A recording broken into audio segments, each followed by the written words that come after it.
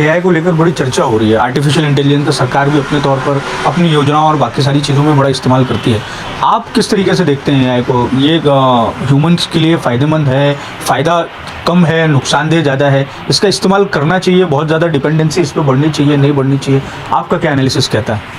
मेरा तो जैसे मैंने पूरा क्लियर पिक्चर बताया ना कि इंसान ने जो भी चीज़ बाहर बनाई है ना, वो कहीं ना कहीं उसने अपने अंदर की चीज़ को बाहर उसको फिर से बनाने की कोशिश किया। मतलब वो खुद ब्रह्मा बनना चाहता है। तो बेसिकली एआई बनाई किसने? इसने, ये ब्रेन ने बनाई ना। चाहे वो किसी भी इंसान ने बनाई हो, फाइनली तो उसके ब्रेन ने ही बनाई। तो वो उसी तरीके से बना पाया होगा ना जिस तरीके से ब्रेन बनाया गया है।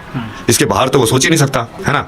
जिस तरीके से ब्रह्मा ने ब्रेन को बना दिया है, उसके अलावा तो तुम सोच ही नहीं सकते हो। तो एआई है क्या? इसी ब्रेन का ही तो एक बच्चा है, इसका एक प्रतिरूप है। जैसे हम सोचते हैं, वैसे हमने उस सोचने को एक सिस्टम डिजाइन के अंदर कोडिफाई कर दिया है कि सोचने का मतलब ये होता है प्रोसेसिंग। इसी तरीके से जैसे ये जो इलेक्ट्रिसिटी लाइन्स है, ये सब क्या है?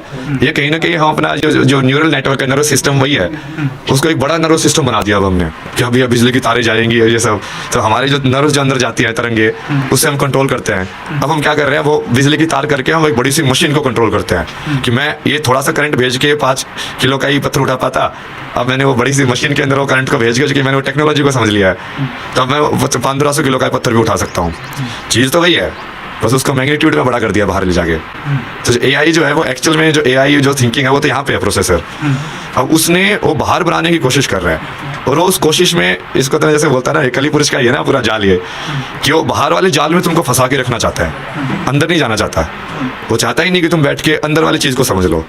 जिस चीज़ ने वो चीज़ बनाई है यदि उसको समझ लिया जाए, जिस चीज़ ने एआई बनाई है यदि मैं उसी चीज़ को समझ लूँ पूरा, तो क्या मैं एआई से बेहतर नहीं हो जाऊँगा? एआई से बेहतर हो जाऊँगा। बट तुमको एआई वाले चाहे डर की वजह से, चाहे किसी भी तरीके की वजह से उस चक्कर में फंसाया जा रहा है भाई। तो अभी जैसे पूरा हम डिस्कस कर रहे थे इलोन मस्क का, वो सारी चीज़ें डिस्कस कर रहे थे भाई, कि अभी वो जो उनका जो पूरा प्लान है वो क्या है? वो वही है कि जैसे कार्टून देखे आपने कभी, जैसे जेनजुत्सु वो करते हैं ना पूरे, उसके ऊपर जो मैट्रिक्स जो मूवी में दिखाया गया है कि इंसान को एक होलोग्राफिक प्रोजेक्शन के अंदर रखा जाए।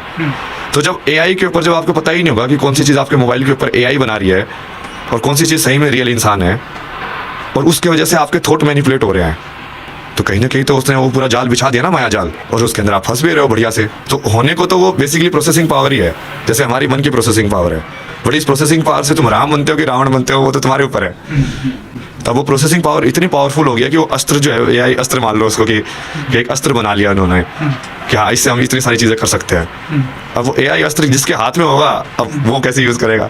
इसका बढ़िया यूज़ भी कर सकते हैं। जैसे कि अब एआई के यदि हम अपने सारे ये सब सवाल जवाब इसके ऊपर ट्रेन कर दें, अपने सारे संस्कृत वेद इसके ऊपर ट्रेन कर दें, तो आप उससे कोई भी सवाल पूछोगे, आपको किसी शास्त्री उसकी जरूरत ही नहीं पड़ेगी फिर, क्योंकि सबसे बड़ी शास्त्री तो वही बन गया आपकी एआई, उसका सब पता है सारा ज्ञान। तो आपको सारा ज्ञान घर बैठे मिल जाएगा। बढ़िया यूज़ भी है उसका सिखाने के लिए, एजुकेशन के लिए। बट वो जिस डेटा पे आप उसको ट्रेन कर रहे हो उसके हिसाब से जवाब देगी आपको, वो बहुत इंपॉर्टेंट है। अभी जैसे आप एआई है जैसे वेस्टर्न वाले लोगों ने डिज़ाइन किया है, अभी आप उनसे मान लो एआई से जाके पूछोगे कि गुरुजी रितेश्वर जी के बारे में कुछ बताइए, तो आपको कितने ज़्यादा चांसेस है कि वो पॉजिटिव जवाब देगी और कितने ज़्यादा चांसेस है कि नेगेटिव जवाब देगी, क्योंकि वो उन लोगों ने ट्रेन किया तो वो नेगेटिव जवाब ही देंगे, क्योंकि उन लोगों के हिसाब से तो ये सब कुछ होता ही नहीं है।